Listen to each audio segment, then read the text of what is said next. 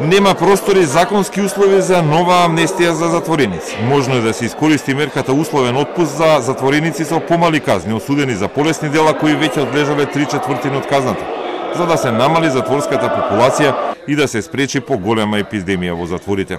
Ова било разгледувано на работната група составена од повеќе институции од правосудниот сектор, од МВР и од здравство, која треба да најде решение за спречување на ковид зад решетките.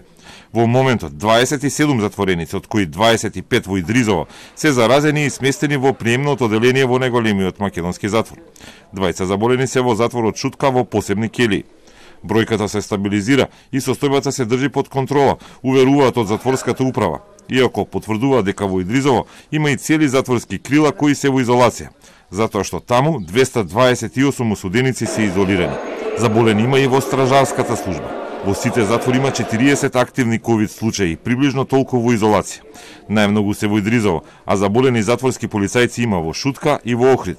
Решението се гледа во намалувањето на затворската популација, иако поради законските обврски веќе се доставени и нови упатни акти за издржување на затворски казни за до 27 декември да се пријават и заминат во затвор уште неколку десетици нови осуденици.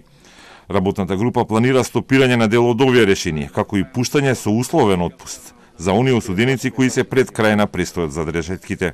Сепак најлошо е во затворените оделенија, а и денеска неколкумина затвореници и нивни сопруги се јавува и се жалеа на лошите услови за сместување во карантин, каде се сместени во Идризово.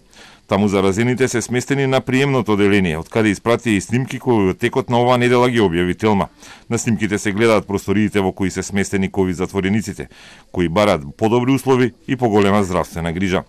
Од управата за извршување санкции ни одговорија дека капацитетите не дозволуваат поеднаков начин за сместување и дека се надеват оваа недела работната група да понуди решение за да се намали бројот на осуденици и да се смали ризикот.